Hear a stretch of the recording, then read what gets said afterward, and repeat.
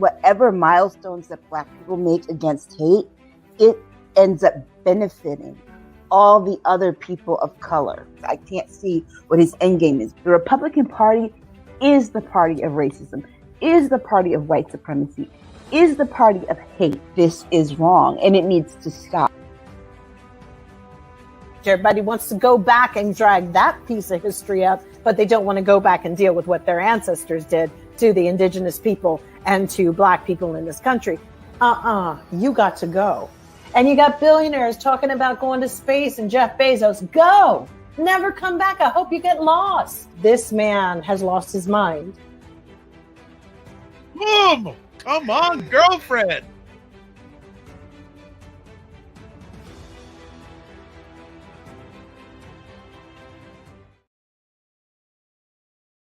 What is up, everybody? It's Dr. Vibe here, host and producer of the award-winning Dr. Vibe Show, the home of Epic Conversations, and I'm the host of Epic Conversations, 2020 Best Podcast News Award winner, 2018 Innovation Award winner given out by the Canadian Ethnic Media Association. I also co-host and co-produce the only online show in the world for dads and fathers that's sponsored by Dove Men, not Bove Men, Dove Men Plus Care. And being part of that collaboration in 2022 and 2021, I was part of a team that reached out directly and indirectly to over 100,000 dads and fathers around the world. As always, I'd like to say you're blessed, highly favored, a magnet for miracles, and a solution for someone's problem. You are watching, whether it's live or replay, State of Things with Aisha, Jill, and LaLa, live on January 21st. As I'm sharing with some people, I feel like it's 6 months have already gone, and it's only like January-ish. And I guess one of the reasons why is I'm based here in Toronto. We don't have any snow on the ground. Like, it's end of January and there's green grass in Toronto. Like, climate warming, working your magic. We're supposed to be getting a big storm sometime later this week. So we'll provide the weather vane updates later on. So let's get to some other things before we bring the main cast here with us today. So first things first, this episode of Aisha, State of Things with Aisha, Jill, and LaLa is sponsored by Ebony Occasions. Ebony Occasions, they want to be a part of those special moments in your life. For Valentine's Day, why not give that special person in your life a card that is also a piece of artwork? Their cards can be cherished and admired for years to come. As a sweet gift to everyone who's watching, they are offering a 10% off all cards site-wide with a promo code EBONY10. Just apply the code at checkout and you are good to go. Remember, Ebony Occasions, your number one choice for Afrocentric greeting cards. Whatever the Ebony occasion, they have you covered. And again, go to ebonyoccasions.com to shop for culturally relevant cards for the holidays and other special occasions. So we're very happy to have them as a sponsor. And also, I just wanted to make sure if you didn't read my lips, you can do this. Again, here's visually. Go to ebonyoccasions.com/discount/ebony10. The coupon code for the website is ebony10 inside the quotes, and it'll get you 10% off the order. And that's any order, not just Valentine's Day, but it's only one promotion per purchase. And also their website address, ebonyoccasions.com/en-us, and Instagram at ebonyoccasions. All right, let's get the party started. It's time for some Jill. It's time for some Aisha. And we have someone else tonight, but I'm going to be Jill Jones eventually introduce that person. And Aisha and Jill, take yourselves off mute because I can't hear you. You forgot to put us on mute. I went to go reach for a bag of gummies and I opened it and I was like, oh my God, you can hear it. I know, right? What's going on, ladies? How we doing? Good. Pretty good. Good. Can't complain. The week been? How's the week been? Pretty okay. Over. It's over. Really? It was that kind of week, Aisha. Yeah. Over. Okay. Over. Well, you know what? I don't know. Can any of you relate that? Does it feel like it's just January 21st? Does it feel like it should be further in the year? Well, we haven't had a lot of snow either. Where I moved to gets a little bit more because it's just further north. But we've had some flurries this week, but it lasted like an hour and then nothing. So there's no remnants or anything left around. And it's actually been pretty mild. Yeah. It's cold, but it's not like we haven't had anything below 30. We've had a little bit of a cold spell last week, so Jill can't relate to this because Jill's on the left coast. That's Cali. No, we It's actually in New York though. It's been cold. What? Like it's definitely been in the 30s here at night. And I know that's like daytime for you guys, but 30s here, sitting in between mountains, it gets really cold and windy. And absolutely. Of course we had all that rain. And, many people were without power in California, like over 250,000 people. So it's been challenging. Like I bought some of those hand warmers from Target that shake and they get really warm if you want to put them in your pockets. And I put them in the beds for the outside cats who sleep outside, like so that it would keep their beds warm. Yeah, it was cold. Okay, Jill, I got a question to ask you. If you had you know where I'm going with this, so maybe you do. If you had your dream, how many cats would you like to have in your home? Until infinity. Thought so. Dogs too. I would love to have dogs. It's just harder to, my place definitely is not that big, but yeah, for sure.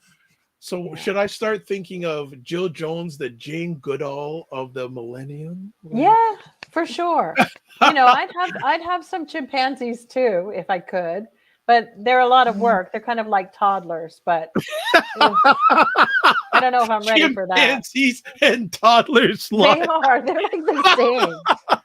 Aisha just shaking her head saying, I don't know where Jill It's a lot of work. No, I mean, like you have to feed them, you have to, and they're into things, and it's like I know that because my sister's puppies are like that. They're very needy attention wise. Yeah. There's no other nice way to put it. They're very needy attention wise. They're so sweet. But like they do not like to be alone. My sister got 2 just so one the other one company, and even still they don't like to be without people. Yeah. Well, one doesn't mind. One does. He doesn't suffer fools or children, so he's not really or other puppies. But the other one, he's very playful. He likes to play and he likes to be around people. And my youngest sister's puppy, she could sit up underneath you all day and just have you pet her. She will. Yeah. Wow. I saw a stroller the other day for my cat, and I'm thinking of getting it because my sisters have strollers for their puppies. Yeah, I know it's crazy, but I can't let Ash out because she ends up would get fleas. The other ones who are outside, Ashley doesn't really get along with. That will be very tricky. You need a big house if you want to have a lot of pets. So does Ashley rule your house? Yes, she does. You. She's the queen.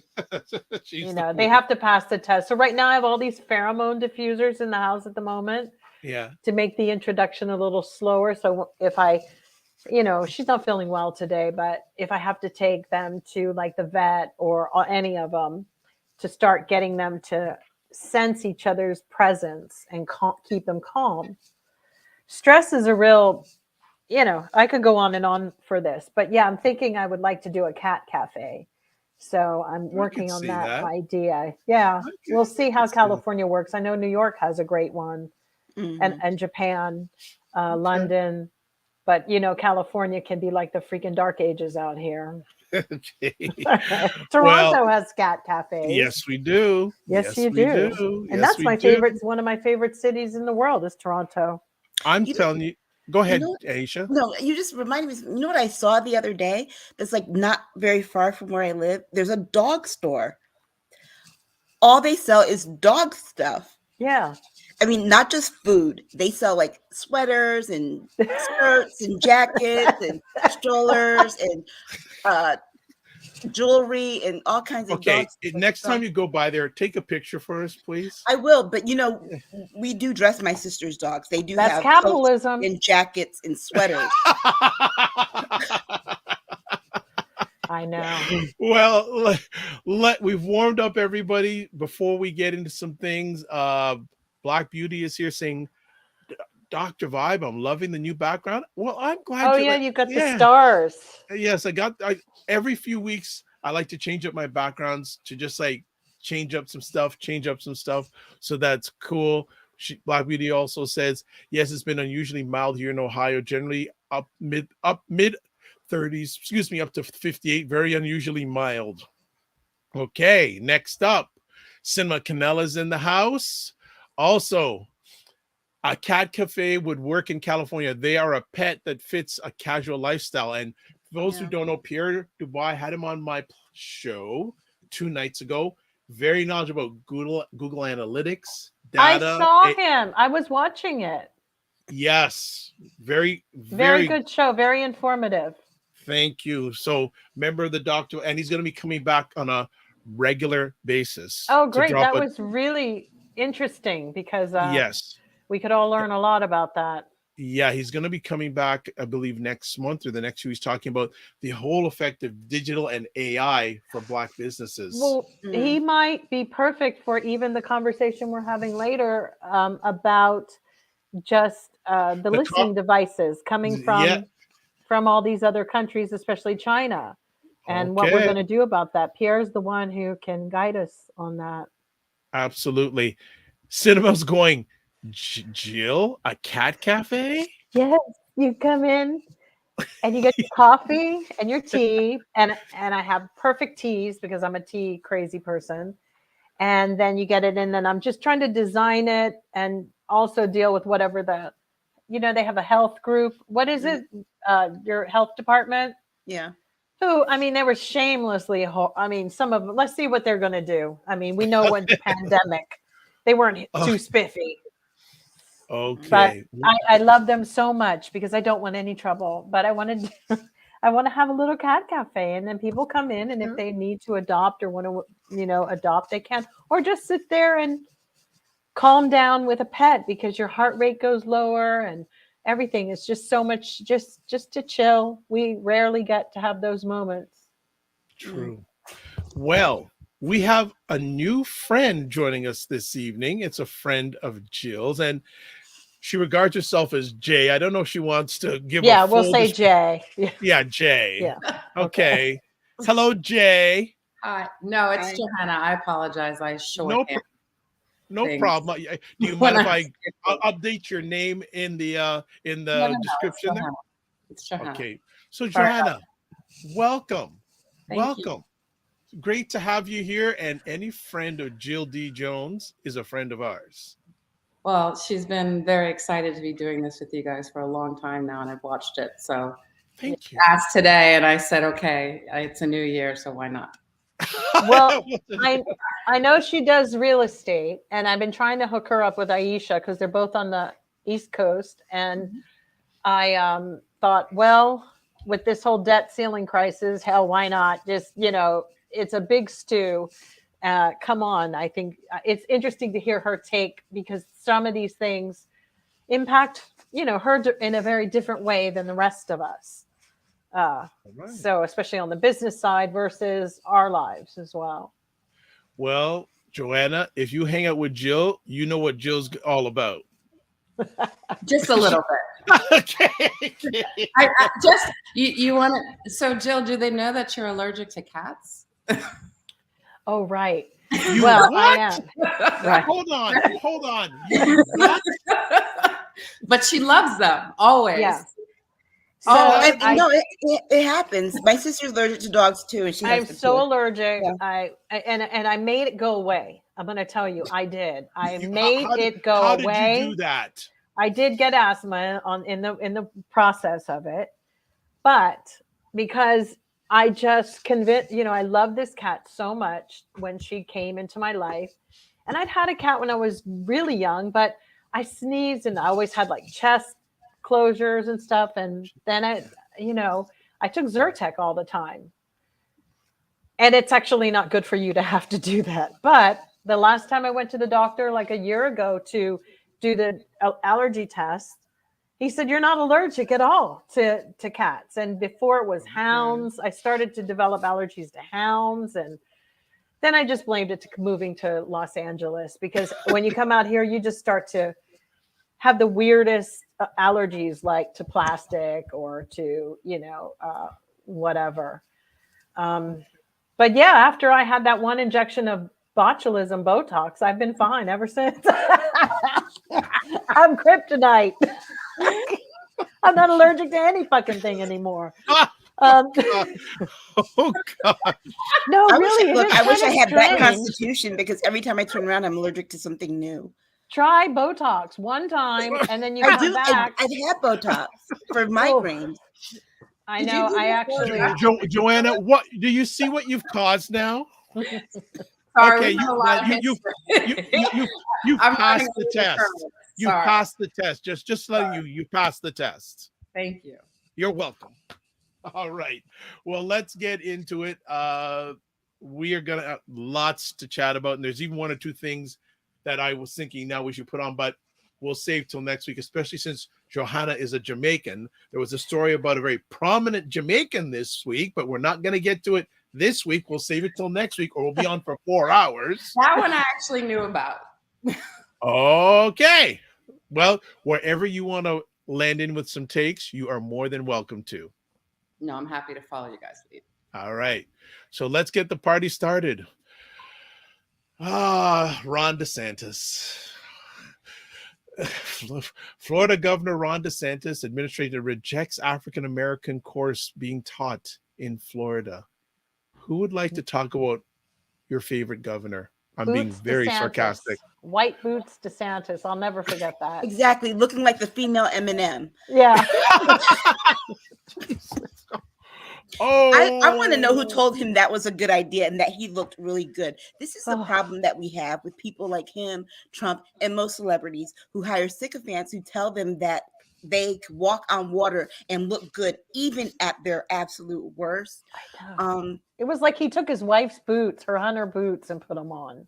Yeah, They really were like not for men. I don't know. A certain degree of confidence, right? Pull off. Okay. And he has a really short span from his knees to his feet. Like it's Jill, very why are you going there with this? Because right those now? boots aren't ever supposed to ever look like that on a bad day on anybody. You know that we were wrong. Somebody said that he looked like one of the Dallas Cowboy cheerleaders. Oh, shame. Yes. Okay. So why did he do this, Aisha? Why? Because he's hateful, he's spiteful, he's racist, he's very anti-black. I mean, the whole notion that it has no historical value is absolutely ridiculous. If we're going to go that route, then you people need to take out your freezers. We need to take down all these daggone traffic lights. Yeah. And we should never go into space again, because the mathematics done for that were all done by Black women. So let's be real here. We have contributed so much to this society. We continue to contribute so much to this society. The governor's mansion that he lives in was built by Black people. And those were slave labor. So to do this and to define certain things as valuable, most of those things being European or the model minority Asian, and defaulting to Japanese and Chinese only, as if there are no other Asian countries, is just another measure of his racism. I think it's pretty sad when, you're competing with Mississippi to who could be at the bottom of the educational system. Right. Not trying to compete with the ones on top. That to me is ridiculous. And so, but I did tweet this earlier, but I did go and look at what they were offering for AP classes. And honestly, we offer those classes here in middle school. Like my daughter did take AP classes, and the AP classes she took were very rigorous. And not only that, they were crafted so that it wasn't just one course. She took a class called AP Push, which was U.S. history, humanities, and philosophy in one class. Mm-hmm. And that one, she got college credit for. because it took, first of all, the studying took a lot of time. It was like a 3-hour course, and it was really rigorous. I mean, she was always working on that. Right. But looking at their offerings, I mean, you know, and someone told me today, even Mississippi offers Black history as a requirement. I'll tell you this, most Southern states do, and I know this because I did a study on this particular course throughout, and how it's taught throughout the state several years ago. When I was living in South Carolina, for example, South Carolina has it mandated that it has to be part of the curriculum. It's in their state laws. The challenge comes when you have districts and you have principals who are like, oh, we don't have a person with that expertise to teach that course, so we're not offering it this year. And that just snowballs into them never offering it. Or, you know, we don't have our textbooks for that course haven't been updated since before Barack Obama became president. So we can't teach that course because it's outdated history. So they make all these excuses to not teach African-American history to general education students. The fact that someone wants to make it an AP course and to say that it's not as intellectually stimulating as, say, a course in Italian American history, that has nothing to do with the subject matter. That's all in how it's being taught, who the instructor is, what they require of their students. That's what makes the course rigorous, not the subject matter. Because honestly, we could sit here, Dr. Vibe, and do an AP course on podcasting, the four of us, and it could either be just really simple, just talking about it, or we could require people to do X amount of interviews with people, produce, edit, all that stuff to make it a more rigorous course. He right now is just doubling down on this whole quote unquote anti-woke thing. And the fact that he refers to all this stuff as being anti-woke is his dog whistle for Black. Yeah, but it's kind of now, I think he needs to come up with another move, because I think it's now kind of falling on deaf ears. I mean, it was one thing when they wanted their white kids to be stupid, but Black kids, no. I mean, that the thing is, I think that any Italian American, Joanna's having fun already. I mean, it is. It's like we have the 1619 program coming on January, in the next couple of days. Mm-hmm. And, you know, I'm sorry, ain't nobody checking for school to teach our children in our Black community about what our history was. We're not doing that anymore. We're not looking for Whitey to tell our kids what to do or what happened. And I mean, think about how our history is taught. I don't care what he thinks. You know, if anything, the Spanish kids won't be showing up to the course, and they won't know anything. But they have issues. But I mean, anyway. the way our history is even taught, it starts with pain, being kidnapped and sold into slavery, and then when you look at the end of a history book, it ends with pain. Usually, the assassination of Martin Luther King, and everything else in between is described as pain. There's never an accurate portrayal of our full and complete history unless we do it ourselves. Had they written the book right the first freaking time, they wouldn't have had to go back and have people buy new books. History is history. You tell it one way. Yeah, Joanna, go ahead. Perspective, his story. It's always his story. So who's dictating what is going on and what isn't? You know, DeSantis has issues. You know, he did that whole thing he blocked critical race theory. Wasn't that the last thing he did? Mm-hmm. Which isn't even taught anywhere, which is this absolutely ridiculous. You're blocking something that's not even taught. You know, to your second grader, if my second grader came home talking about critical race theory, I might have had to be like, hang on, let me go get a cigarette and a dictionary, because I don't know what the hell just happened. Was having a hard time with the new math. But alone. Well, no, it's so bad is that Monday he's posting all this. Oh, Martin Luther King was such a great person, and on Tuesday, oh, you can't say his name in school. Yeah, he's so fake. Joanna, go ahead. It's ridiculous. But I thought what he blocked was actually from the College Board. It wasn't from the college. I thought when I read it, it was actually the College Board was the one who had tried to inject it as the AP class, and then he said no. Yeah, the College Board did want to do. They are the ones who certify AP courses because college credit is given for them, but they're taught in high school, and he would get to oversee. I just need some clarity. What is AP? Right. Advanced placement. Okay, thank you. But what I want to know is why is it taking the College Board this long to even offer a class like this at all? If the College But see, Board the thing is that they do in other states. They do in other states. They do in other states. This is probably the first time that and I let me take that back. It's not the first time that they've done it in Florida. Oh. It's probably something that they do every year. But while he's on this roll with the anti-woke stuff, he just decided to blow the issue up. Because I promise you, it hasn't. This, if I remember correctly, I think that they had suggested this in the late 90s, because a professor that I was talking to, that I was interviewing for my thesis at the time, had been talking about making it an AP course. So I don't think this is the first time. I just think he's taking advantage of it to grab headlines. And of course he would. Why would he do this today and this week? Why? Because Nikki Haley says that she might be running for president. This is why. And because Trump isn't backing down, because the field of Republican candidates is starting to get crowded, and he's trying to stand out and grab all the headlines. Right. Nimrod is about to run. Nimrada Rahanda. So I have a question also. Isn't the best people to teach Black history us?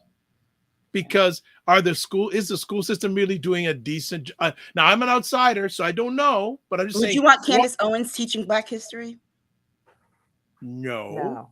Exactly. But, so it's not necessary. It's not always necessarily us, but it is the people who are going to teach it correctly.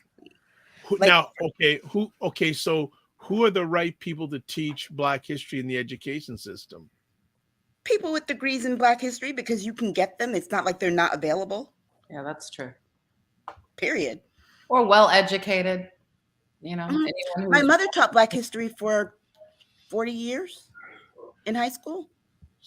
History doesn't necessarily depict experience, though, you know. So right. if you want history is one thing. It should be based upon facts. Whether how you feel or move through something or experience something, that's, you know, completely different. So, and it's all in the literature you read. You know what? I'll tell you who's the most perfect person to teach a course on Black history. I know it because I sat in a car with him and talked with him about it. John Hope Franklin, who has passed away, but he wrote the book Before the Mayflower, one of the very first books on Black history that was widely taught in universities. And so, somebody of that caliber would have to tell the history, because he told it in a way that it wasn't, when you look at our history books now, you'll notice that they center a very specific kind of person, usually Anglo-Saxon, white, male, Christian. That's what our history books do. It is up to the teacher to bring that discussion to the classroom. So, for example, when I would teach Intro to Sociology, I would have all my kids, the first thing I would do is tell them to open up the textbook. And I used to pick this one textbook on purpose and then wouldn't use it halfway through the class. Open it up, and all you see are just pictures of nothing but white men. And I would say to them, okay, what is wrong with this picture? And they would sit there and be like, there's no women. Okay, there's no women, and they're all white. So just so you know, this is the perspective that you might come across in this book, and to be aware of it and to call it out when you see it. Because you have to teach a subject like that with the knowledge that the materials used to tell the story are almost always going to have some kind of bias in them. Okay. So quick comments to just catch up. Senator Canella, DeSantis, driven by hundreds of thousands of people moving in. Florida's population grew by 1% from July 2020 to July 2021, adding 211,305 more residents. Wow. And Pierre, good point about experience versus history. Experience provides perspective on major historical points, be it the Holocaust or the Great Migration. Yeah. And just another thing about Mr. Dubois, born in Guyana, home of a very famous music family. Yes, Jackson 5. And he moved back to Gary, Indiana. So he lives in Gary, Indiana. So, Gary, Indiana, Gary, Indiana, Gary, Indiana, na, na, na. That's from Shapoopy, da, da, da, da, da. It was a Music Man. There you go. I have cousins that were born in Gary. Gary, Indiana, Gary, Indiana, Gary, Indiana, something. I can't remember. Well, so let me ask, just a general, is it important for Black history to be taught in your schools? Yes. It should be, yes.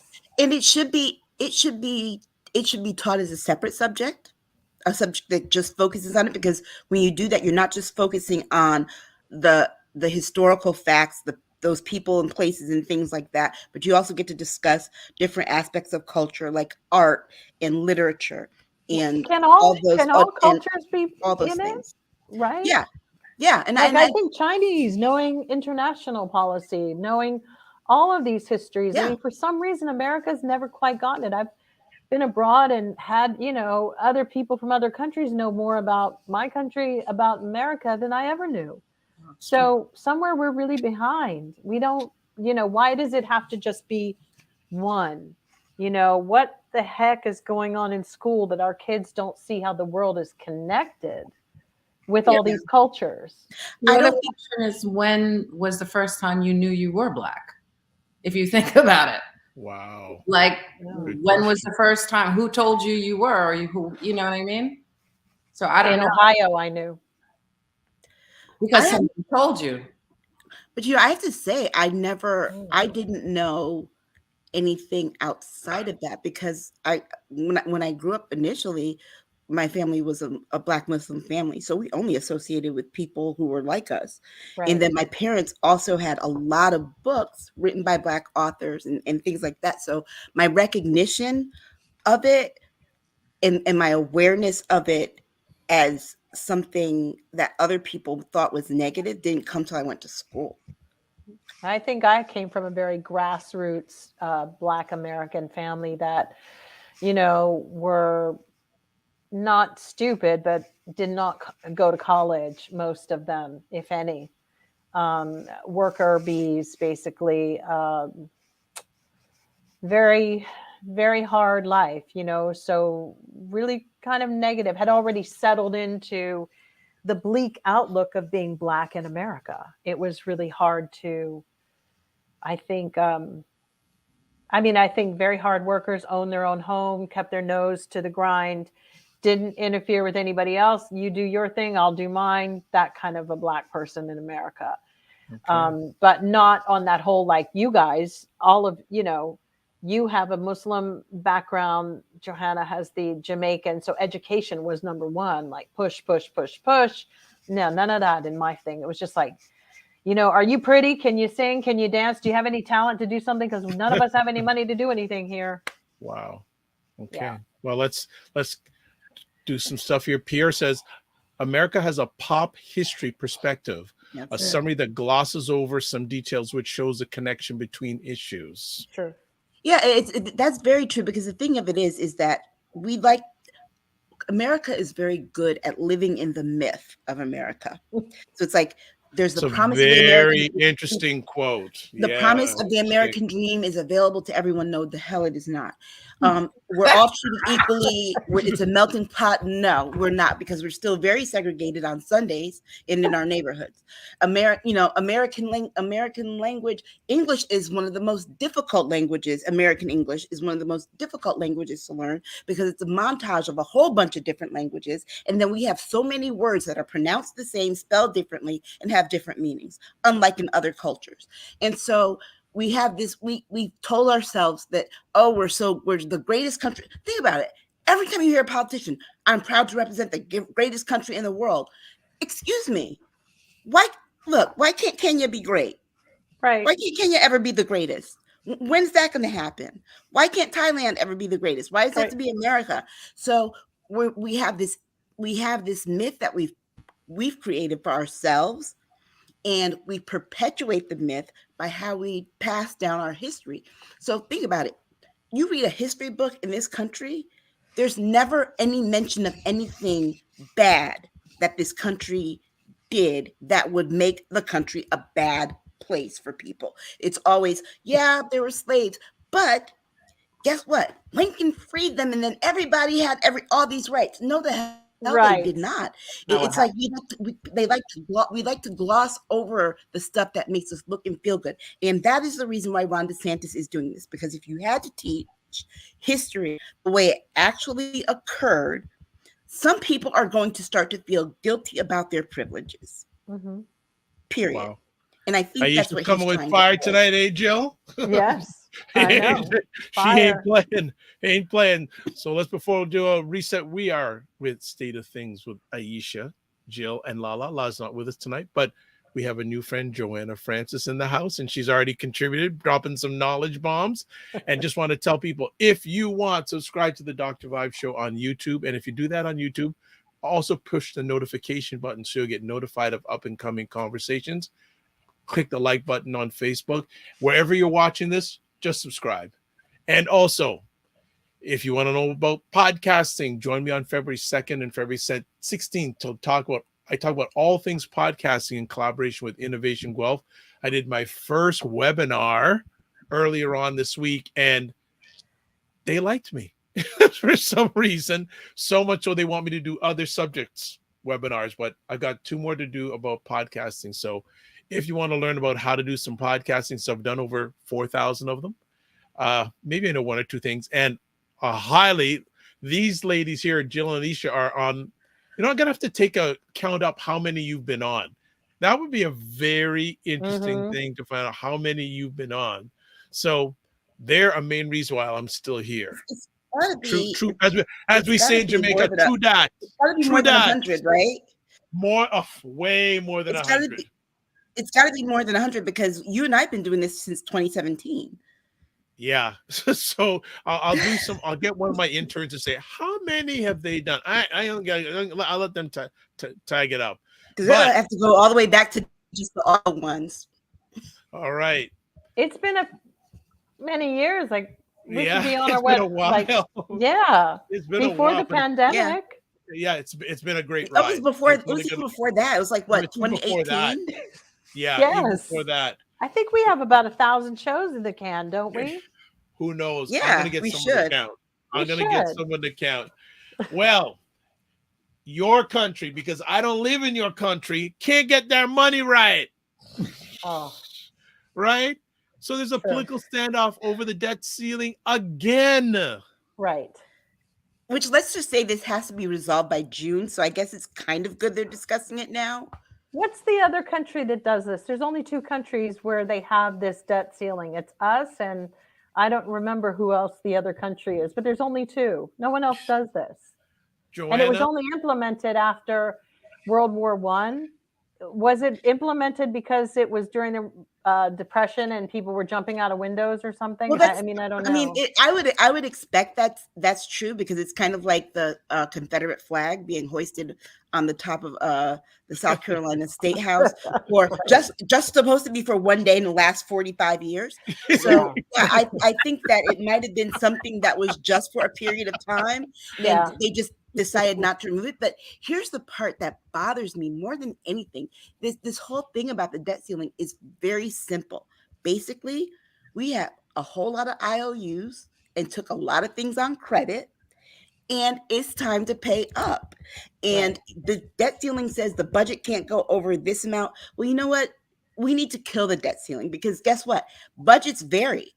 I promise you, the budget for 2021 had to far exceed what the budget for 2020 was just to recover all the losses from the pandemic. Absolutely. They actually said most of this is from Trump. Yeah. Talk the tax talk cuts, to us, remember. Talk to us, Joanna. Talk to us on this. Honestly, I don't understand the government because if you look at what the feds are doing and they're raising the benchmarks and everything else so much, I don't even understand where all the money goes, to be honest. None of it. Well, and then part of that though is that these mandates that come out that have appropriations attached to them, it's like they don't plan for it. It's like, oh, you know why we have to do this by June? Not just because the government will shut down, because we roll into the next fiscal year, July 1st. No, really, Aisha, they don't. This is what's really going on. They don't want us to reach this benchmark, and all of a sudden they haven't decided what they want to do, and then we're stuck with George Santos dressing up in drag and singing "I Will Survive" for the next 6 months, or until they finally decide, because that's the filibuster is going to be George Santos standing in Congress dressed as a woman singing, "To go on now, go, walk out the door." That's what they don't want to happen. Here's the thing. It's like Kevin McCarthy, if I was him, I'd be like, I quit this job right now. I quit, because he's painted himself into such a tight corner. It doesn't matter if his caucus decides they don't want to raise the debt ceiling, right? Because even if whatever they put through, they're locked in, because on both sides of what has to be signed will not do it, period. That's what happens when you have a Republican-controlled House by only 3 votes right now, because the 4th person is out sick on some kind of leave. And then you have a Democratic-controlled Senate and White House. It's like you are in a catch-22. And I think that Nancy Pelosi knew this on purpose and set you up. And they also knew that Klain was this chief of staff was resigning. I believe everybody knew that. So whatever is about to come, they better be bringing in the big bad wolf to be the new chief of staff, to just do some whipping, Look, if Klein can go, so can Garland. Yeah, I know. But don't you think that if they ran it a little bit more like a business, we'd be better off? Like, look, Jamie Dimon, the guy who, Tim Cook, they all did major pay cuts. Right, this year, major pay cuts. And I know you don't like Elon Musk and all that, but all of those guys run on incentive. So you make it more successful, and that's how you get paid. I think the problem is that all these senators and congressmen, they just get paid regardless. They gave themselves raises, good or bad. Then they have the inside information, so they're making money on the stocks or whatever else, and it's not necessarily benefiting anybody. But then they go, oh, it's going to hurt your 401k, or you're not being responsible with the taxpayers' money, but they've never been responsible in the first place. But see, the challenge comes in you can't run government like a business, for the simple fact that businesses can make profits on something without that something being attached to a law. All of our money is attached to laws or some piece of legislation. And so if they weren't attached to those things, and we were just, for example, if we were just going to give Ukraine money, right? Just give them money because it's good business in terms of a relationship with them, fine, do it. But the fact that they have to then go and ask Congress for the appropriation, Congress has to literally write some kind of proviso or bill or something that then has to be voted on, is what complicates running this country like a business. Because everything is attached to a piece of legislation that has to be voted on and passed by two houses in Congress.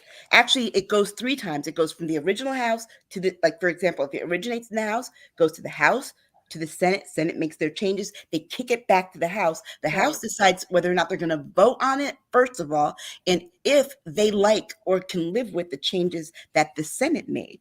And then it will go to a president after that vote. But I think that is our problem with we can look at our government spending like a business. The problem is we can separate it from the process of how our policies are made. If we could, I think we'd be in a lot better place. The question is whether or not the policies are efficient. Oh, they're never efficient. I mean, here's my take with Janet Yellen. What I have a beef with her about personally is that I feel like the debt ceiling, and I feel that Jerome Powell at the Fed, all of these people are trying to create a system and talk about the economy sort of with traditional jobs and traditional means of how people were making money. And I really don't see how they're factoring the gig economy. Here's the thing.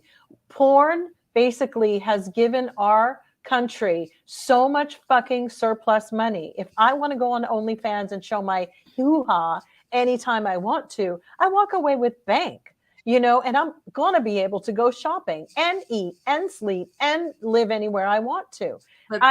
No, hell no, I'm not working in a corporate job. Do I need to? I don't think so. I'm not the only one. We've basically sold our country out so much that our daughters and our sons are mere fucking prostitutes online. They are hoeing themselves for anything because they're like, well, I guess I'm just not going to go into, go get that advertising job. I'll advertise myself. I'll learn marketing here. There's a ton of people trying to tell me that they know how to do it on Instagram. And in a second, I'll sell something on Shopify. So when I see Janet Yellen and Jerome and all these people going, we need people to be broke and suffer and lay off so that we stabilize the inflation. It's so fucking weird to me because that was about 50 years old of thinking. That model is so freaking old because ain't nobody going to be sitting at home rubbing two sticks together and a match to try to keep warm. Those days are gone where people are like frying up their boots. That doesn't happen anymore. There's so many options. You got a phone. You got a way to make some goddamn money. And that's very simple. So this whole model that Janet Yellen and them are talking about, it's an old traditional thing that it hasn't caught up with where we are and how fast this money is moving.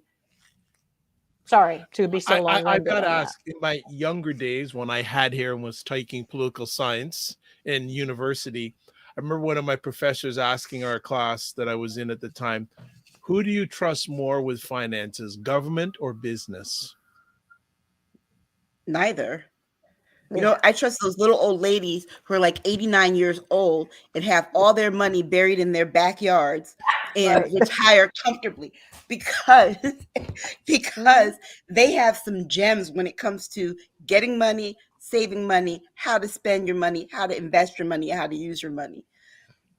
Yeah, we need to hear more of those stories, but we don't need it broadcast online. That's just word of mouth. There still are some things that are better left under the wire to each other that you teach each other. Some things don't always have to be broadcasted, which is like when we were talking about history. Ain't nobody trying to deal with they don't want it in school. That's okay. We'll teach your kids. Your kids are going to piggyback on ours anyway, because they always do. Look at, they always do. So we put it in a rap song and they'll be singing it to you one day at your fucking Thanksgiving table. We'll give y'all the lowdown. Want to add anything, Joanna? But if you think about it, so you're talking about the little old ladies have advice, right? They do. Yeah. Those little old ladies, during the pandemic, it's funny, I started talking to women in my neighborhood and I said, how much money did you get? And they were like $600. And I said, how much money have you paid in taxes all of your life? And then the women just look and shake their heads. It's just, we have a sick cycle, I think, in America in terms of how we deal with stuff. It doesn't. Powell stuff, increasing stuff. It's homeowners and little old ladies, that have home equity and they're trying to pay their bills. He thinks he's trying to hurt big business, but it doesn't happen. That's not the way it happens. He's hurting the little people. He's hurting. So this is the thing. During the pen. Go ahead, Aisha.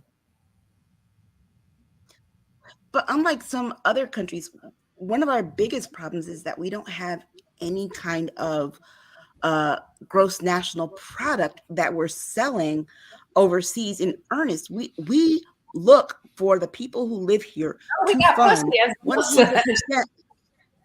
100% of what we do to survive as a country. Where it's back in the day, what did they rely on? They relied on cotton and tobacco to pay for things, of course, on the backs of slave labor. Can I just interject one quick thing?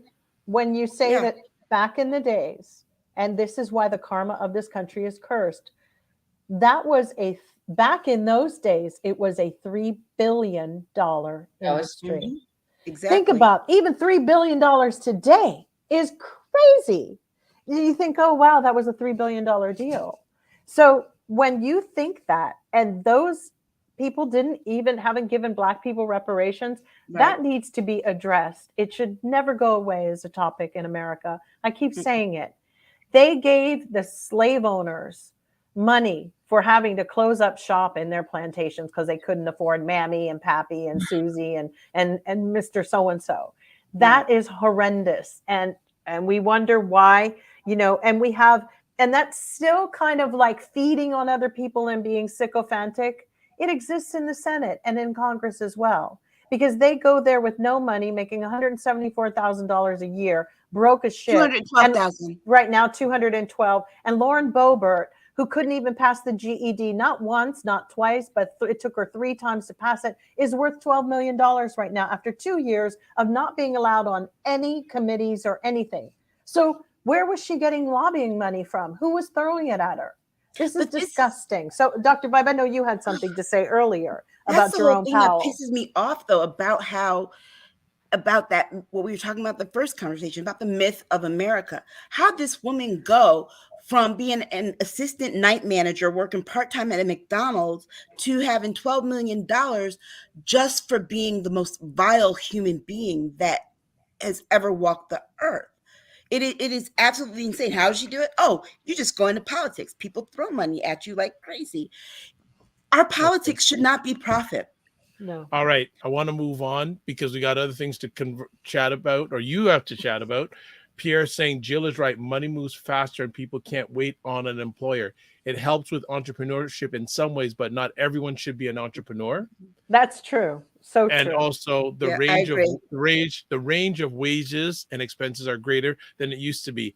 It plays into the points everyone is raising. And that's what I was going to say, that during the pandemic, the wealth got wider. Yeah. Yeah. And when we talk about politicians, who's paying for their salaries? That's the problem. The taxpayers. But then they have tricked people into thinking that we pay more for things like SNAP and unemployment insurance, which people already pay into.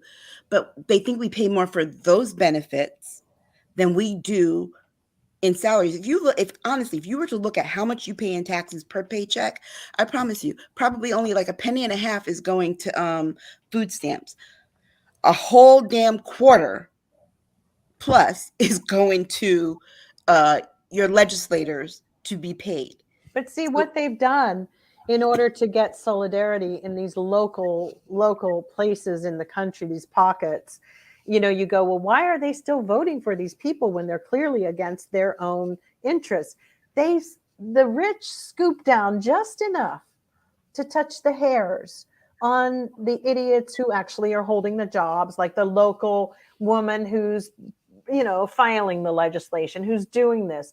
And they make sure they get greased very well and taken care of. And those people will lie to other people's faces and duplicitously, like the hierarchy that they're in.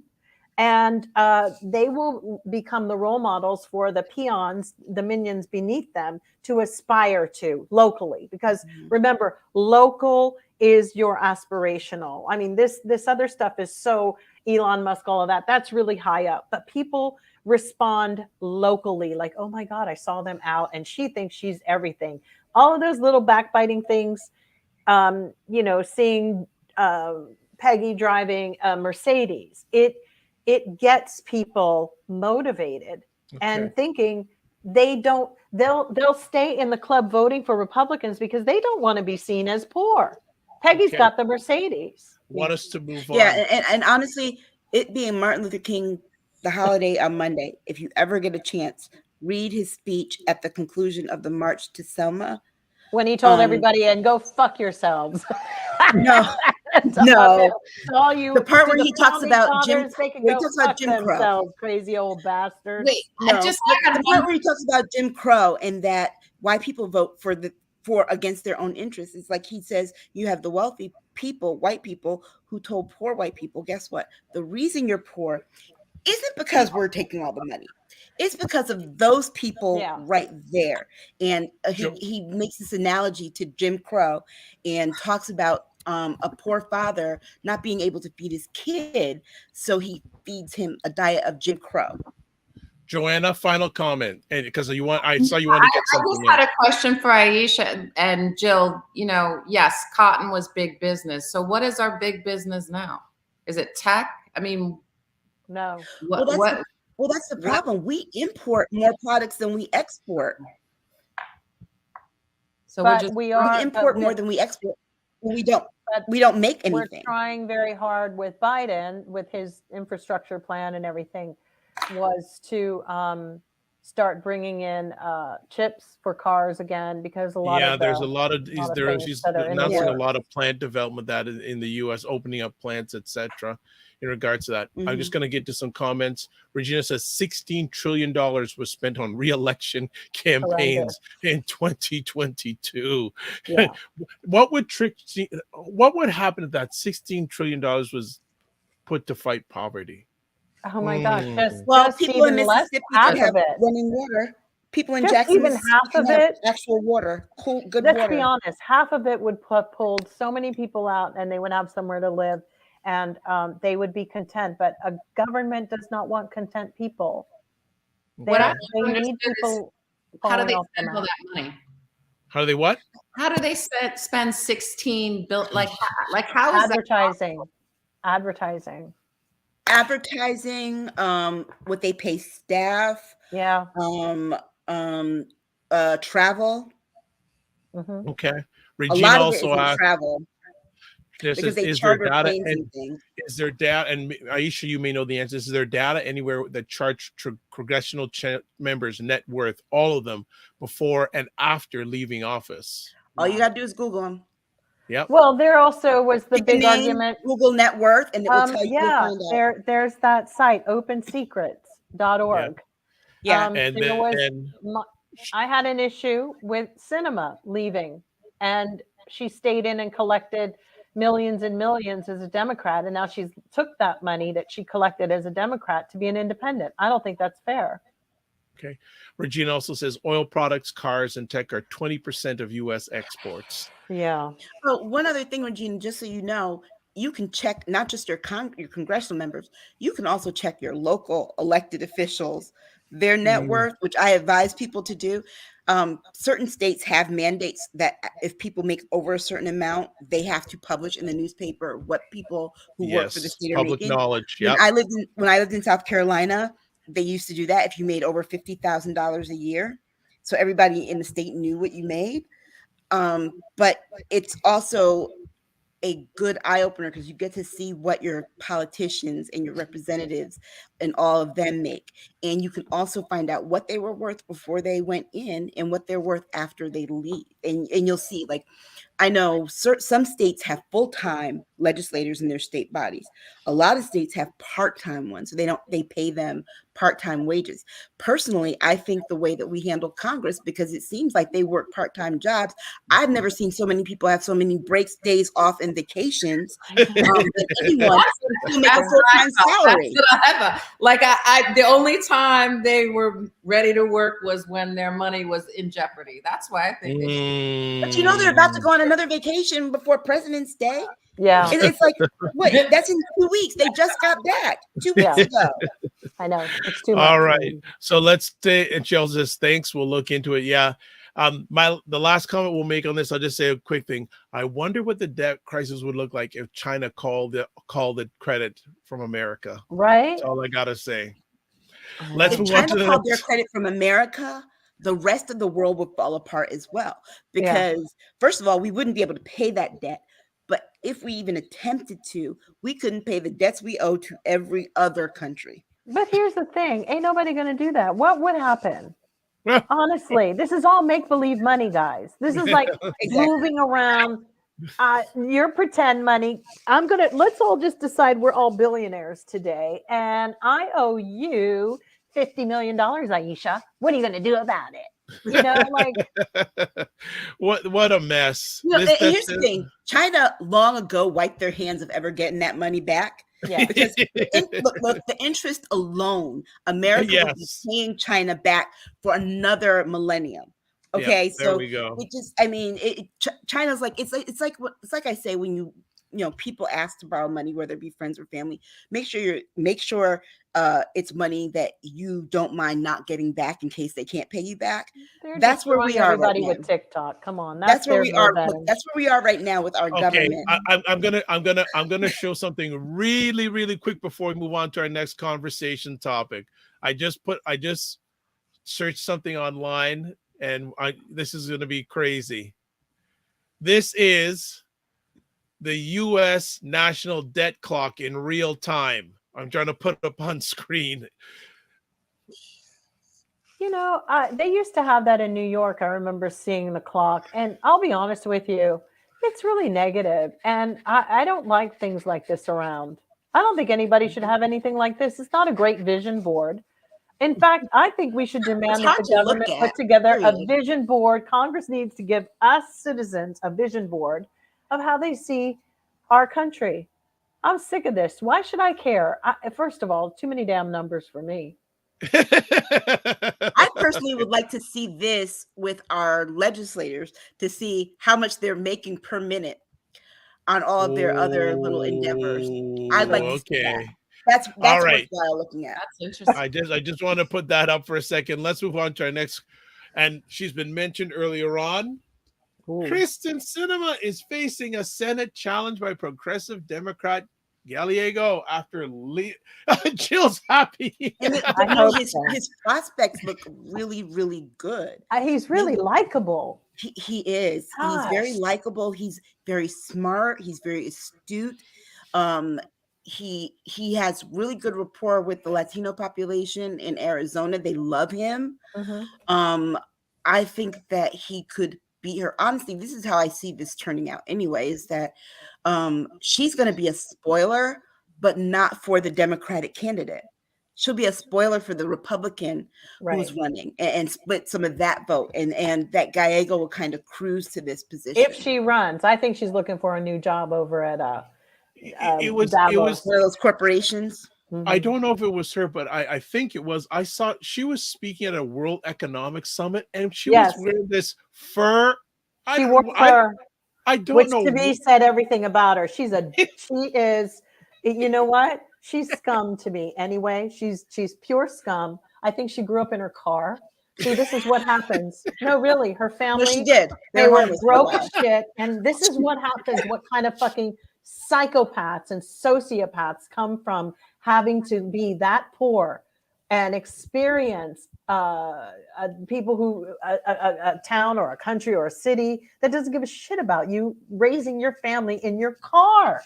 It's no wonder she's fucking heartless and cruel and out there. Gimme, gimme, gimme. Remember during the pandemic when she was supposed to be working, she took a break and became an intern at a wine vineyard here in California.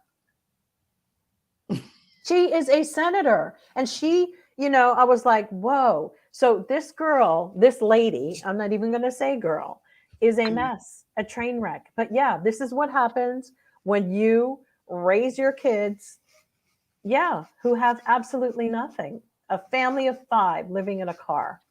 So yeah, Kristen Sinema is just a sociopath. She doesn't care. What I said, what is she wearing? She probably is a hoarder too and hides cookies from events. She probably is one of those at the buffet, sliding shit in her purse and stuff.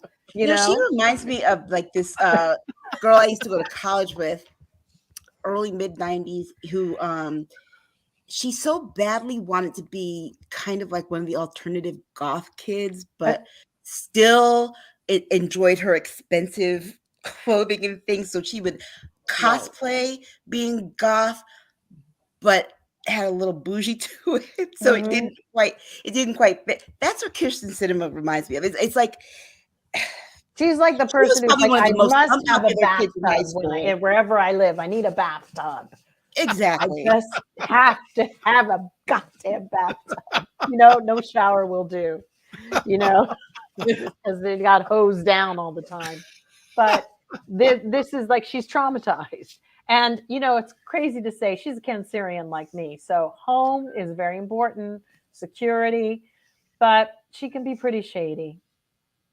I looked at her chart. y'all. Joanna, do you have anything to say other than the giggling you've been doing for the last few minutes? No. You'll pass. I think you guys hammered that one. You said it very well. They hammered that, and they do hammer Miss fur Cinema coat and on the a boots. regular basis. Oh my God. That fur coat and the boots. I mean, that's always the giveaway. They say that people reveal their insecurity rather quickly. In about 5 seconds, you can sum it up quickly. If it's something, they'll point to it. They're wearing something that shows you what they're if they have a problem with a, hanging skin, sometimes they have chin bangs, to keep that from, little things. It's always there. All right, let's move on to, that was nice and quick. I think this may be another nice and quick one. Katie Porter, sorry, Katie Porter, not Katie Porter. She set has turned sights out to be on fellow really Democrat Dianne Feinstein's U.S. Senate seat. Aisha, you wanted to rock about this. First of all, I think it's ego more than anything else. It's like she's rushing to be the first to announce for the cycle. A whiteboard in the House does not make you a senator or Senate material for that matter, because I've also looked at her record. Everything that Katie has signed onto or attempted never even made it to the floor for a debate. Yeah. So it's like, half of them didn't even end up in a committee. So it's like, and a lot of it is very frivolous. And also too, here's my thing. I want Black folks in California to not forget how Katie tried to come for Maxine Waters, because Nancy Pelosi did not put Katie on the finance committee that Maxine Waters was chair of. So remember Katie tried to go behind her back and went to Nancy to complain, and Nancy was like, no, I didn't put you on that. And so, it's like, I haven't forgotten that.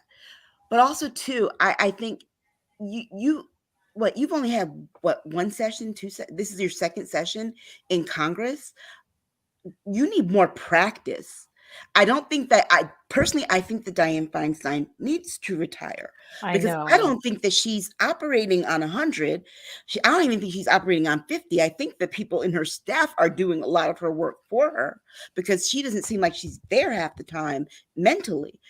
But do you think Newsom is in on this, because it's kind of a fine tuning, a strategy maybe of when he wants to run and then replacing her? I mean, I'm just curious. But see, that would be like me thinking about, if I still lived in New Haven area, thinking about wanting to replace Rosa DeLauro.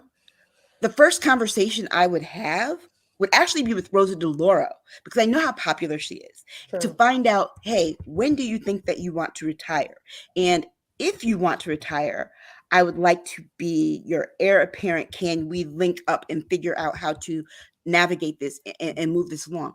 Emily's List actually teaches their female candidates how to work and operate like that. So I think that if Newsom was having conversations with anybody and involved, he should be directly talking to Dianne Feinstein instead of Katie Porter, because Katie Porter is insignificant. First of all, she's not even in the Senate now. She just announced a campaign, which means she has to get through a primary.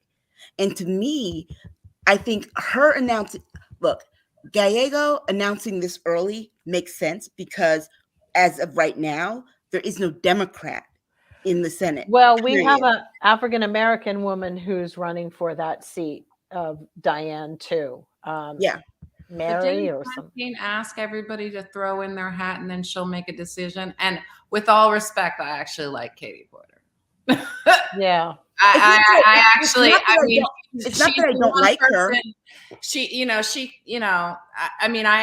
I'm not nearly as political as all of you guys, but I've watched things, and she's pretty hell on wheels when she, has a little bee in her bonnet. And that, I think, is actually important.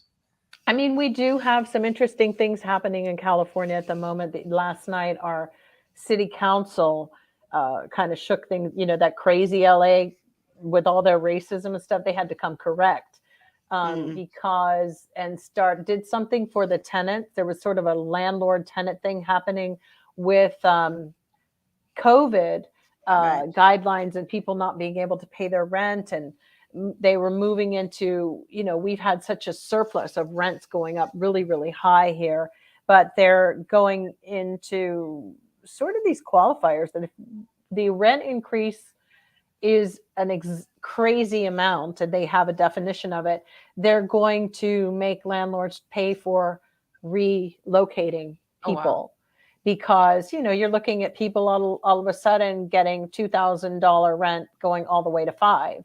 And when that happens, they're kind of like, why didn't you tell me? There was always like a 3-month window, and that wasn't even enough time for them to prepare for something like that. So, they stuck them yesterday, and they said the reason is because this last midterms in our voting, our local voting, more progressives got in than ever. And really, people here tend to feel that the progressives are looking out for the people's interests. They really are successful young people who are doing well, have their little bit of money, but they're not trying to gouge everybody. The Los Angeles City Council had become predominantly monopolized by the Hispanic people, and that's what was losing a little bit of balance. And those were Democrats.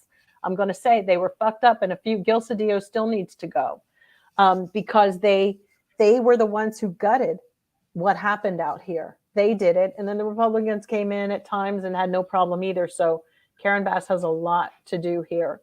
We have 60,000 people homeless in the streets here, and it's only going to increase by 2030, where the top percentage is going to be people over the age of 55 living on the streets. But isn't that because everybody was shipping everybody to California? No, these are actual people who had jobs their whole lives, who are now renting out post office boxes so that their checks can get mailed to them.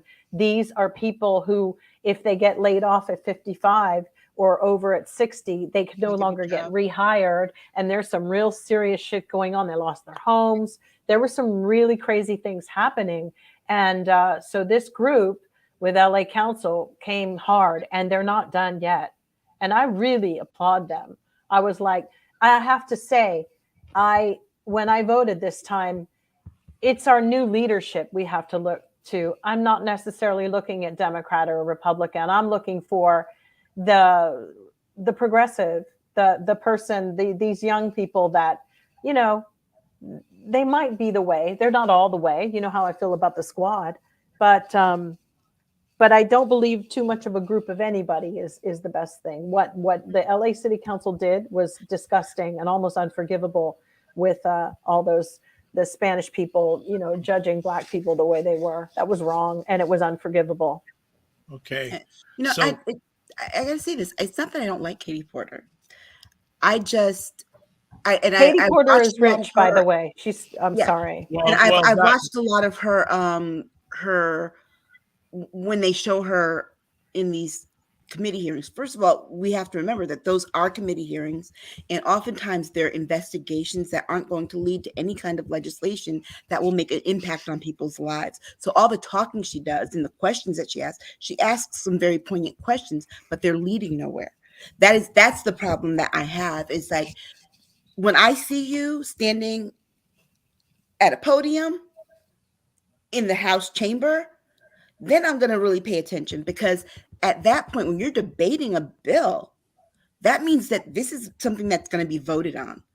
And so I'm going to know who's on record of voting against this and who's on record voting for it. But when they're sitting in those things like that, those are just hearings that are part of an investigation that's not going to lead to anything. Okay, before we move on to the next conversation topic, Regina says Katie was worth $1.5 million in 2018. She's now worth $5 million. I have something to say about this. See, I know I had asked this the other day. I don't know if it was with Aisha, because we know she went to all these Ivy League schools. She went to some really expensive private schools. And somebody told me she had these grants and all these things, but I think she definitely must have come from a wealthy family. Don't quote me on this. But here's my thing.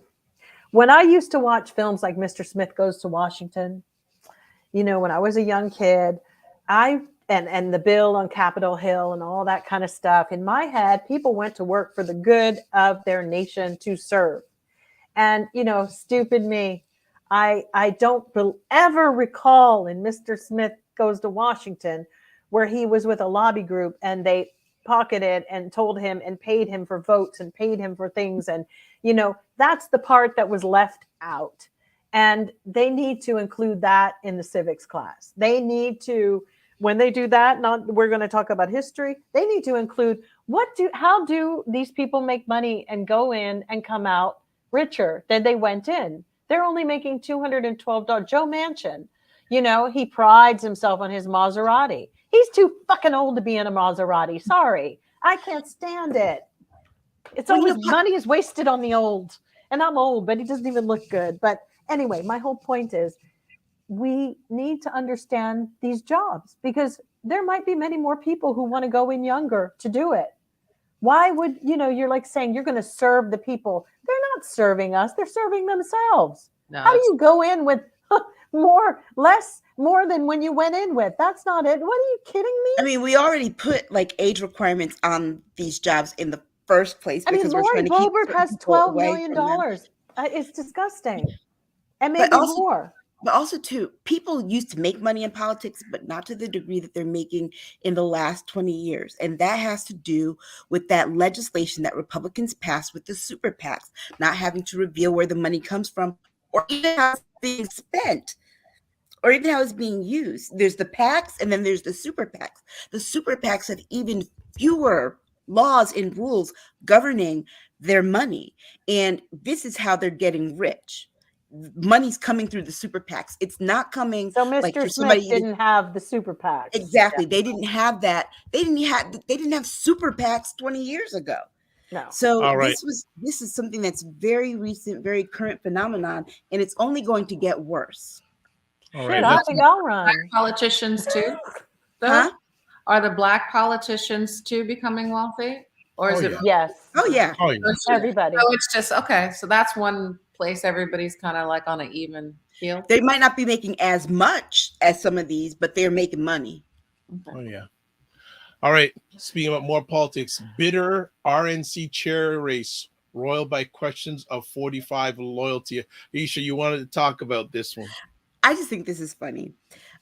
Just because they're sitting there trying to figure out the next, they did their Republican autopsy of the last election. But they're trying to figure out who's going to lead the RNC. Essentially, this will be the person that really is the voice of the Republican Party as a whole, the national party, but also, too, they raise money for candidates.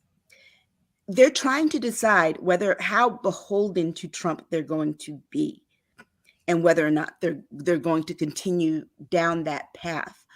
Ronna McDaniel, who's Mitt Romney's niece, she's the current chair, but she's being challenged. But she's being challenged by someone who doesn't think any differently than her. And if Republicans are going to be serious about changing how their party's perceived, which I don't think they are, you would probably start by not doing what you've done the last two elections that you've lost. And that would be starting with the whole following of Trump thing. Because honestly, he's the reason you're losing elections. He's the reason you're losing because his politics come with a whole bunch of crazy ass people who don't care. It is sickening to me that they care more about this man, are willing to go to jail and die for this man, but won't go get a better job or better themselves or go to college or something to improve their lot in life.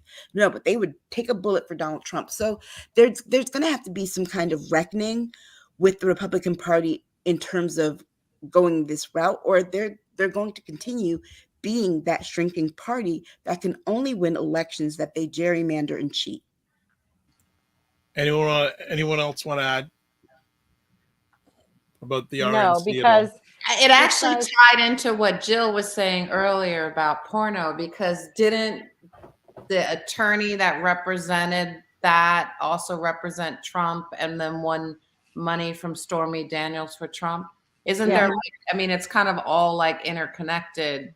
Mhm. Oh, totally. And they haven't even gotten down to the whole Stormy case and all of that. He hasn't, the fact that the Rona Daniels, or whatever her name is, sits up there and no matter what Trump does, will just back it. She's a spineless. I mean, she's definitely the reason people should never become a Mormon. If that's what they're producing these days, zip on by, baby, bye. Well, realize she only got the job because her last name was Romney. Exactly. It's just like, wow. That job to say when Meghan McCain had gotten any of hers. I've seen enough with those sister wives and Rona. That was enough for me to know. Okay. Yeah. Right. But see, the flip side of this part with the RNC chair race and them being stuck in this kind of holding pattern where it's just chaos.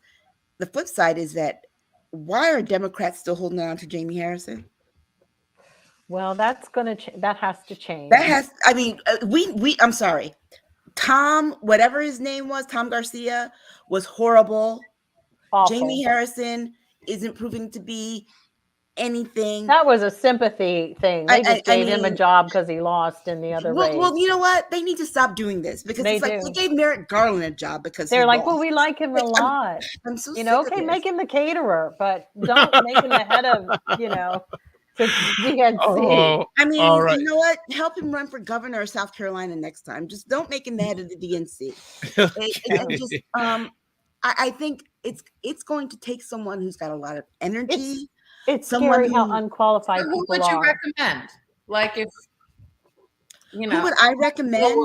In an ideal world, for the Republicans, for the Democrats, for both. Well, for the Republicans, who would I recommend? I would probably recommend someone that they would never vote for, like a Tara Setmeyer. She's lovely. I like her. She's common sense. She thinks. She's very smart.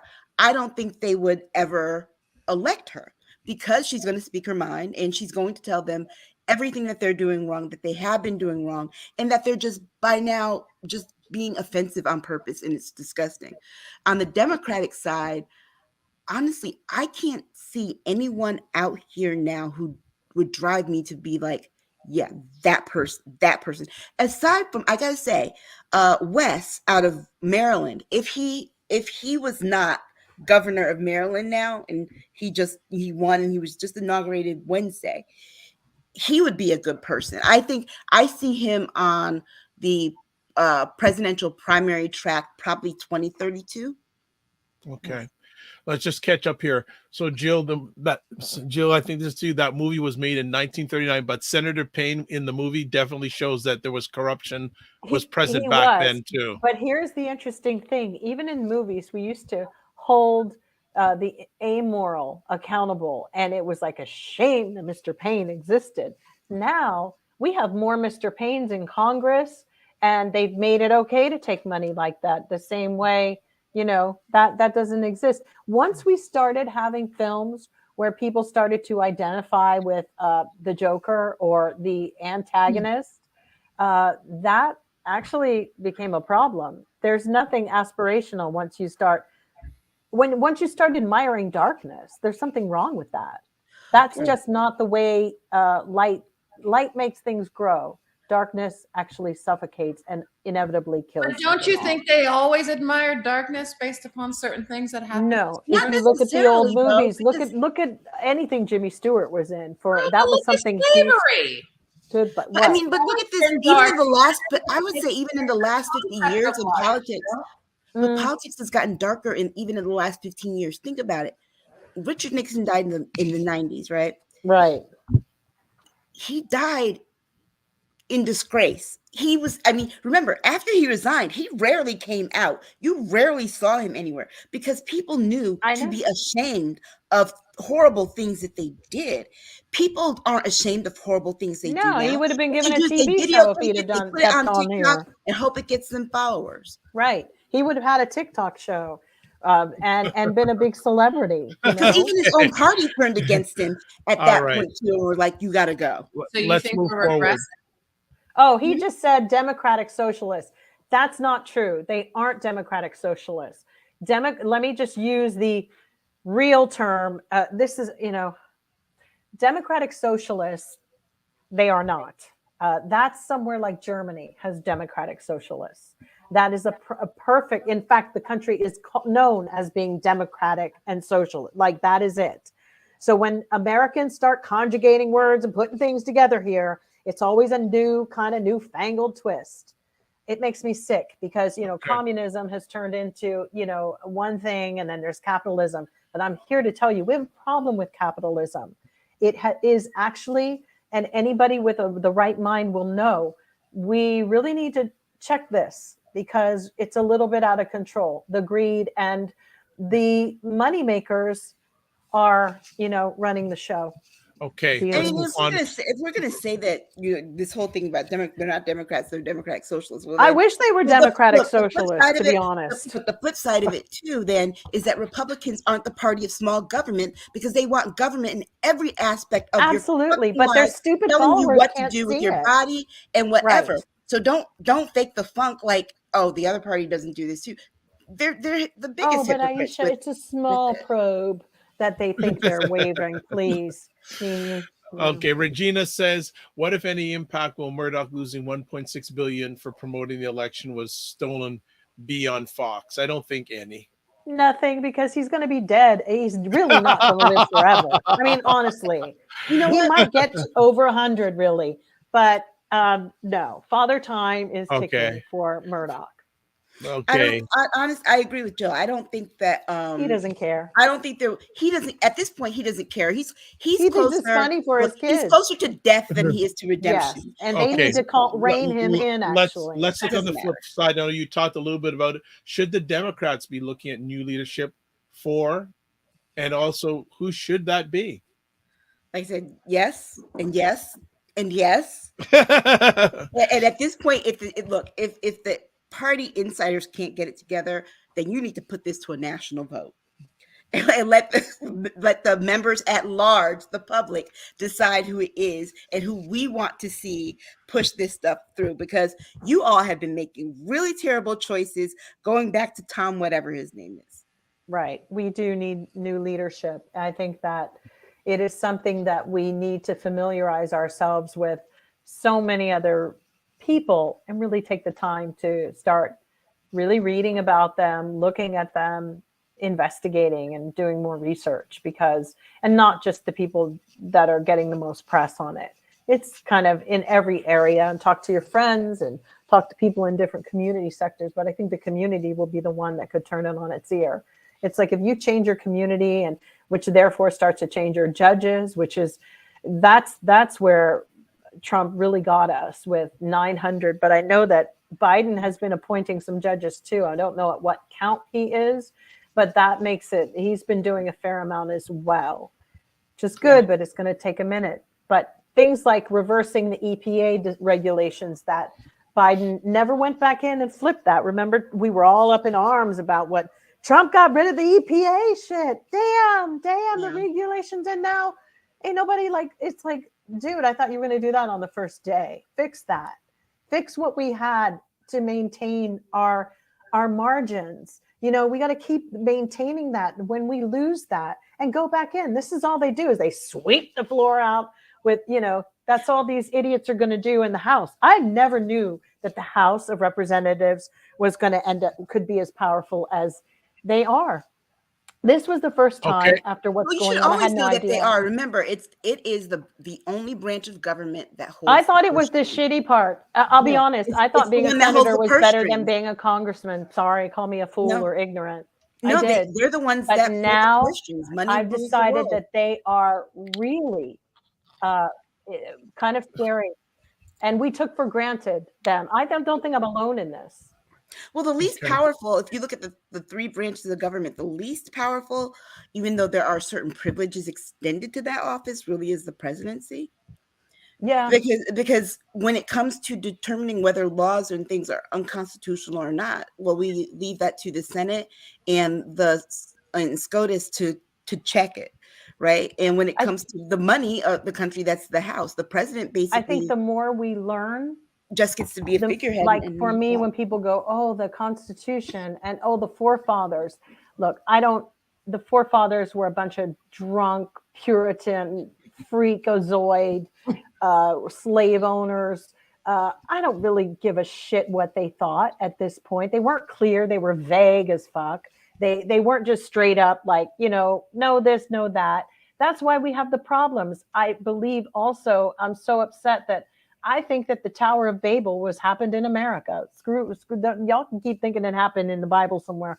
This is the tower. This is where the Tower of Babel happened. Nobody understands. I'm sorry. I need to look at the original Constitution because I have a hard time feeling that there's not an asterisk somewhere saying, we hope that, 300, 400 years from now, you're not still using this document.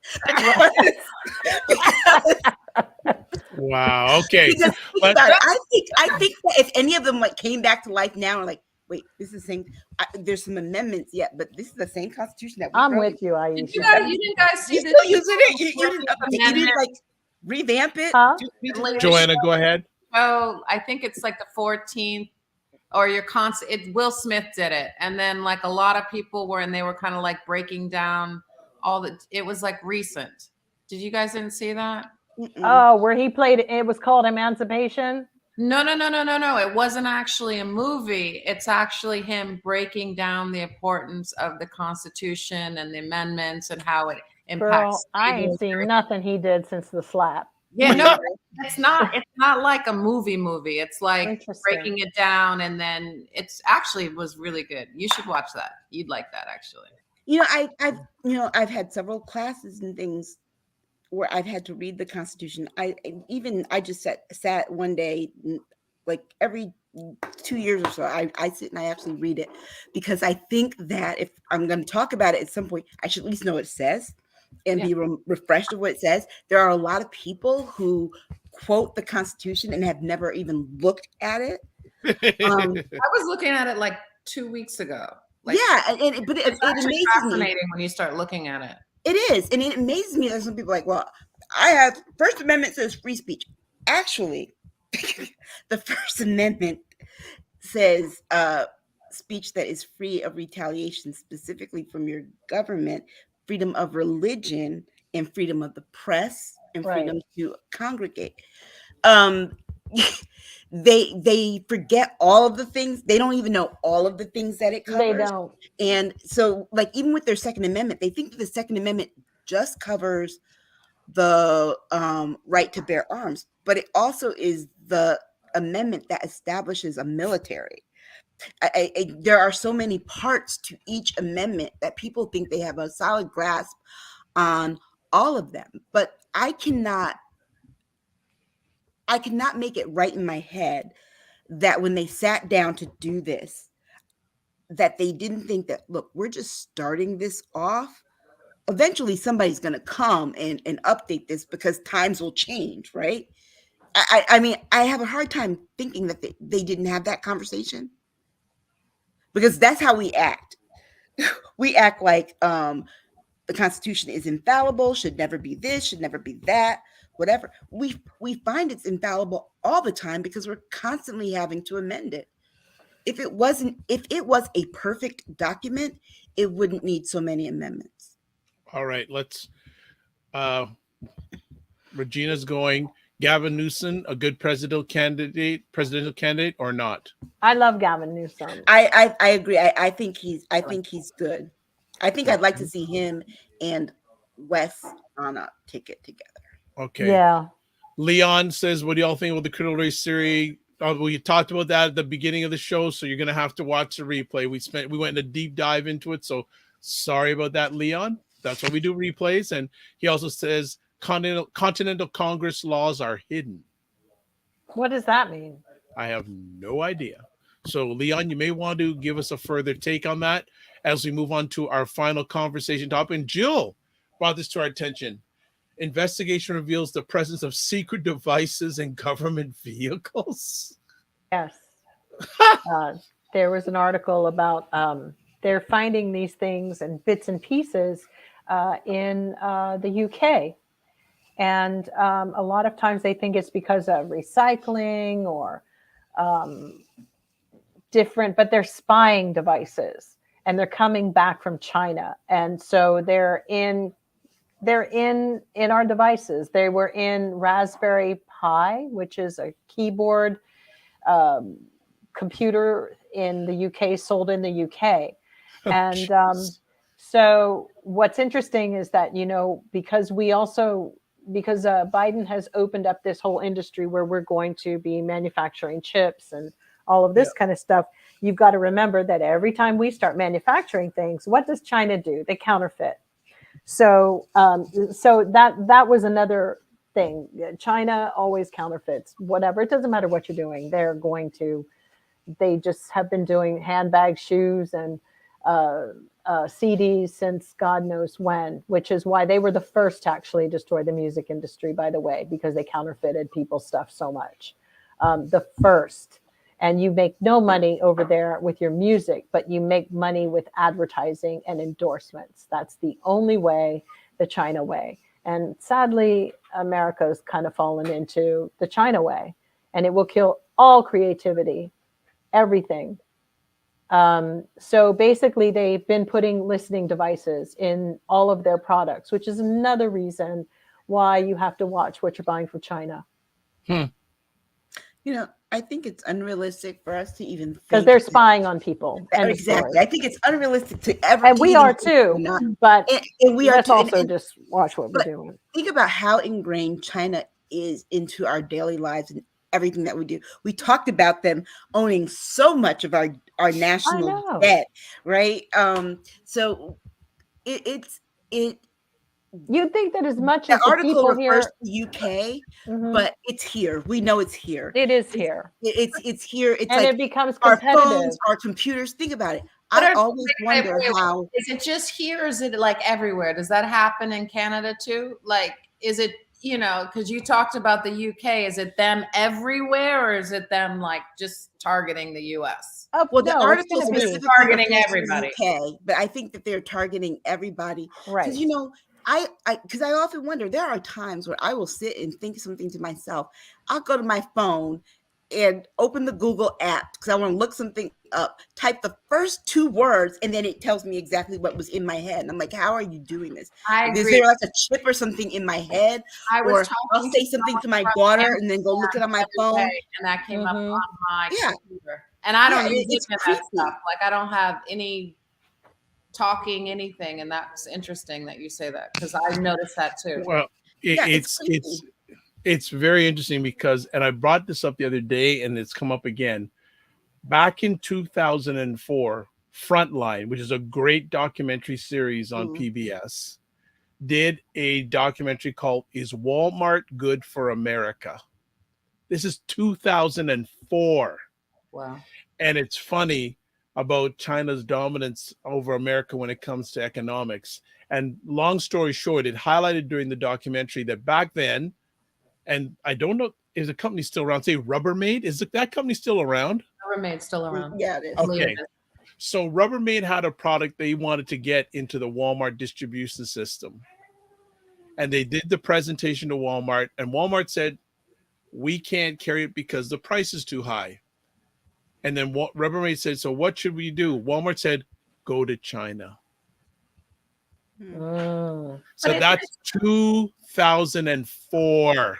But it's interesting because I remember growing up and everybody was laughing and sleeping on China. You didn't remember? Everybody was like, oh, they're so backwards. They're so exactly. And they're running stuff now. But it's this secret devices and all that. It's just a repetition of what happened after World War II. America desecrated Japan.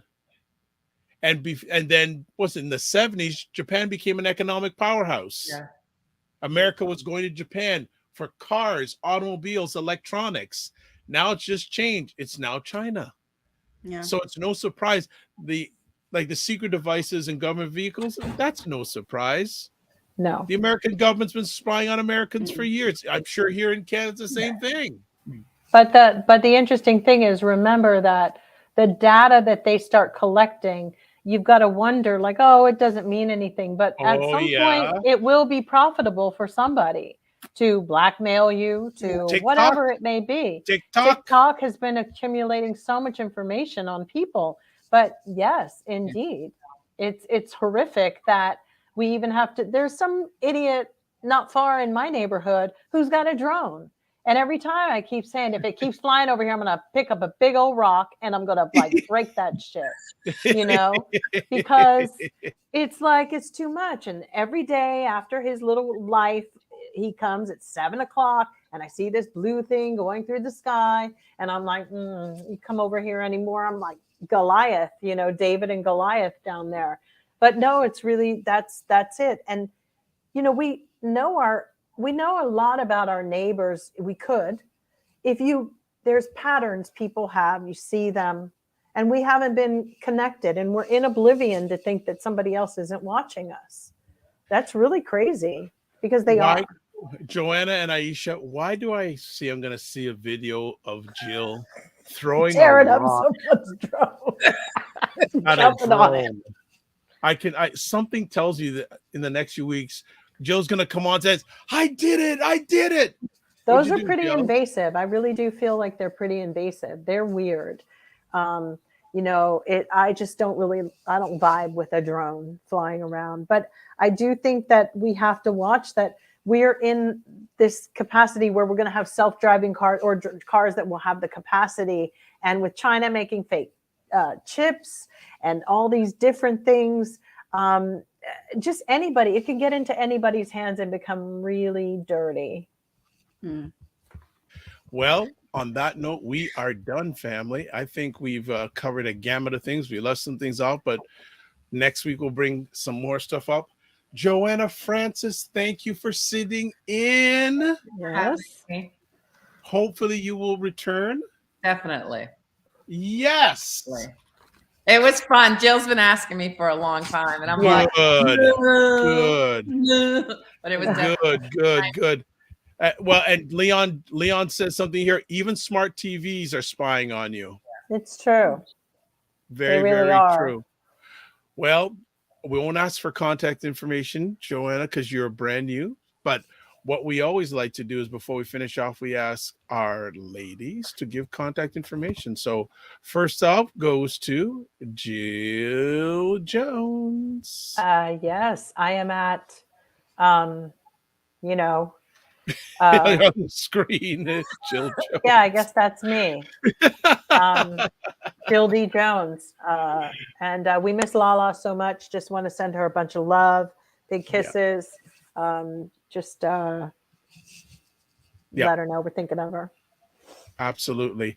And we next go to Aisha Staggers. So let me get Aisha Staggers on our screen. Aisha Staggers. Yeah, Aisha Staggers at Twitter. I've been, like I said, taking kind of time away. So excellent. Catch me when you catch me. Okay, good stuff.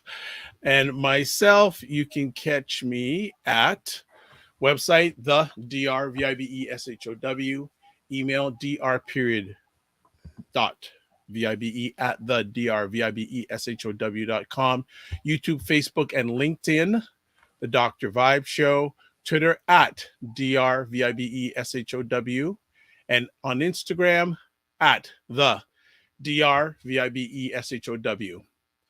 So before we end our conversation this evening, as I had mentioned the front end, LaLa is not with us today. And the reason being, I don't know if any of you follow her or not. Unfortunately, two of her sisters were killed by a drunk driver. And I'm just going to put up the post that she provided in Instagram. And the only reason I'm showing it publicly, because she shared it publicly. So I just want to show the post to everyone here on the screen in just a moment. We should have it. Okay, so here is the post, and I'm going to read what she has put. She says, and this was dated 3 days ago. And this is what she said, quote, "A drunk driver stole my sister's lives. While she sets to live life and make memories with her family, my family will forever have deep holes in our hearts. The driver is not only a murderer, she's a thief. She robbed us from our joy. She robbed their children of their mothers. She robbed their siblings of their sister and has shattered our hearts to pieces. The world was robbed of two beautiful souls who made people laugh. They loved hard and deep. You know their energy even before they walked into a room. With every breath, I will fight against drinking and driving. No family should ever feel the sorrow and pain that we are feeling in our hearts, ever." So we like to have rest in power, Azure Higgins and Valerie Lynch. And what we're going to also do is there's also a video that was posted about the loss of their lives. So I'm just going to give me a second here. I will, there's a comment here. I'll put it up. Okay. Thank you, Leon, for your comment. May the Most High bless them, rest in paradise. So what I'm going to do is I'm going to pull everyone off the screen and I'm going to show the video and we're going to close out. So as I do that, as always, I'm going to say, live your life as a dream. If you can dream it, you can make it. Sometimes you have to get small to get stronger. Block assumptions, then aim bigger, aim better, aim higher, aim wider. Love, faith, and respect. Remember to give yourselves grace. If it is in your heart, please say a prayer for the family and families that have been impacted. We'll be back next week. And here's the tribute. So I'm missing you.